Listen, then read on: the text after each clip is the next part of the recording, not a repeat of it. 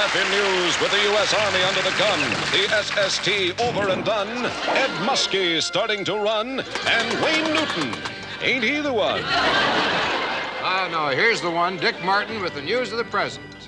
Los Angeles world-famous fire eater, the amazing Vulcan, suffered a rather bizarre accident last month. What happened, Dick? Well, while performing his act, he hiccuped, melted his braces together, and welded his mouth shut. Starved to death. Johnny Carson has negotiated into his contract with NBC a new sick leave clause. Now, anytime anyone in America gets sick, Johnny leaves. And now here's Dan with the future news. News of the future 20 years from now. A feud broke out today between the two leading female candidates for the presidency of the United States. And when asked how it started, one of the ladies said, "It was my opponent's fault. As soon as I threw my hat in the ring, she threw in one just like it." News of the future 20 years from now. Because of the recent trend towards rising taxes, today Kate Smith announced she has been forced to move to a less expensive area. As Kate walked away from her home for the last time, passers-by pointed to her and remarked, "Well, there goes the neighborhood." News of the future 1 year from now. President Nixon today called a press conference at the White House to announce Phase 29 of his economic plan. The press, however, unable to take down any of it because none of them could afford a pencil. Now here's our reporter at the White House, who has just covered the president's press conference. I've just left the president. The news conference was just complete, and more than it was the most enlightened. First of all, there was union and there was a consideration of because of the price. He wanted to understand that the surcharge, more than anything that was going to be nationalist, was you had to concern yourself with because if you don't give money, you never know if they won't.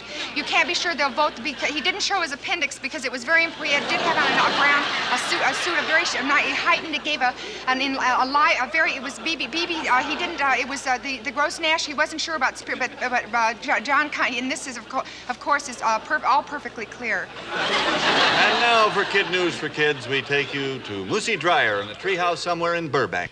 Moosey here with Kid News for Kids.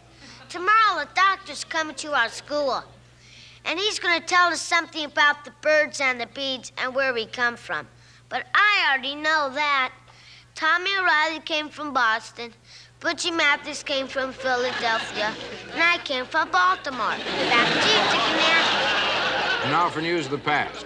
Claflin takes us back to the historical Lewis and Clark expedition's greatest challenge.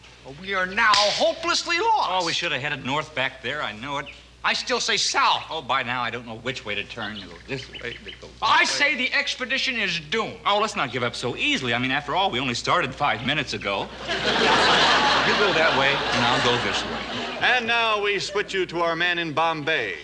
Hello, I am here in Bombay, India, talking to Rabu Kalona, the famous Indian snake charmer, to find out his secrets. Rabu, why do you continually play the flute while charming the snake? Because if I don't play the flute, the snake will bite. See what I mean? Back to you, Dick and Dan. Here to explain the admission of Red China to the United Nations is our own Eric Clarified. Right. When Red China was let in, they expelled Nationalist China, or Taiwan, as it is sometimes called when it is not called Nationalist China. Now, the expulsion of Taiwan was met with great glee in Red China and great glee in Japan. Now, for a long time, the United States did not recognize Red China, even though it is easy to recognize having 2 million square miles and has a mustache. And so, in conclusion, I would like to conclude. Busy Buzzi, Tinseltown's tattletale here with the tastiest, raciest scandal scoop ever. Women's Lib and Gay Lib have finally hit Movie Town, and because of it, the most glamorous married couple in Hollywood's star set is splitting up. He's going her way, and she's going his. Busy Buzzi saying ta-ta in Tinseltown and kissy kissy. Oh.